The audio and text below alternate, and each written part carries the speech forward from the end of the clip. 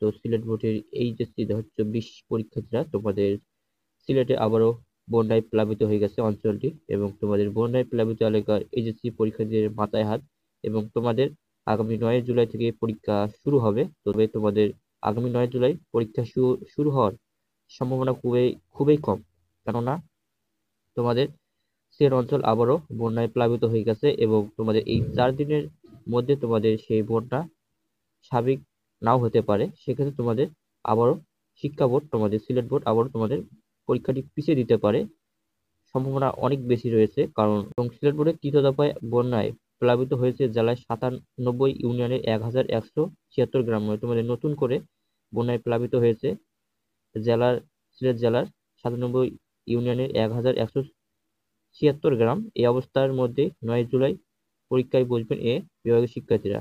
তবে তোমাদের 9 জুলাই পরীক্ষা হওয়ার সম্ভাবনা খুবই কম, কেননা তোমাদের হাতে আর 4 দিন সময় আছে। সেক্ষেত্রে যদি তোমাদের এই 4 দিনে তোমাদের বন্যা নিয়ন্ত্রণে নাও আসতে পারে, সেক্ষেত্রে তোমাদের পরীক্ষাটা আবারও পিছিয়ে যেতে পারে। কারণ এবং তোমাদের যে পরীক্ষাগুলো স্থগিত করা হয়েছে সেই পরীক্ষাগুলোর ইতিমধ্যে তোমাদের রুটিনও দিয়ে দিয়েছে শিক্ষা বোর্ড থেকে।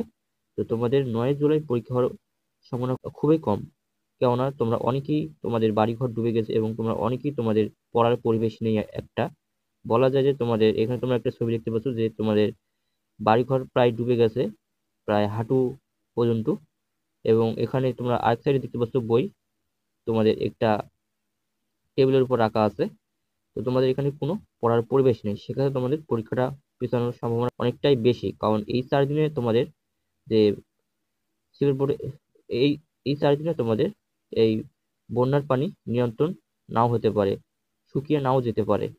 সেক্ষেত্রে ধারণা করা হচ্ছে যে তোমাদের কিছুটা হলেও তোমাদের কিন্তু এইচএসসি পরীক্ষা পেছাতে পারে। তবে 8 জুলাই এলেই বলা যাবে যে তোমাদের এইচএসসি পরীক্ষা পেছাবে কি না।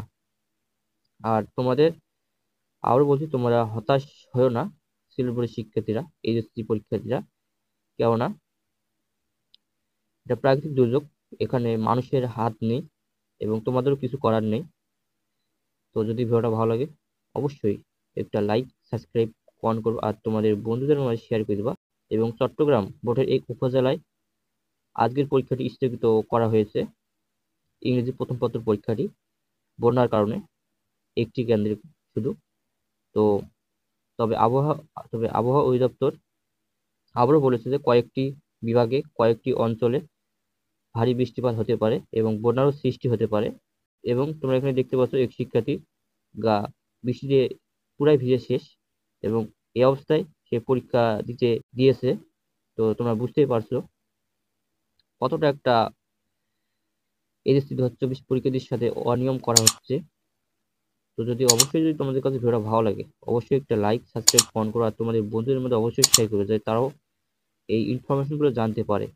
তো দেখো হচ্ছে একটা কোনো ভিডিওতে, ততক্ষণ তোমরা ভালো থাকো।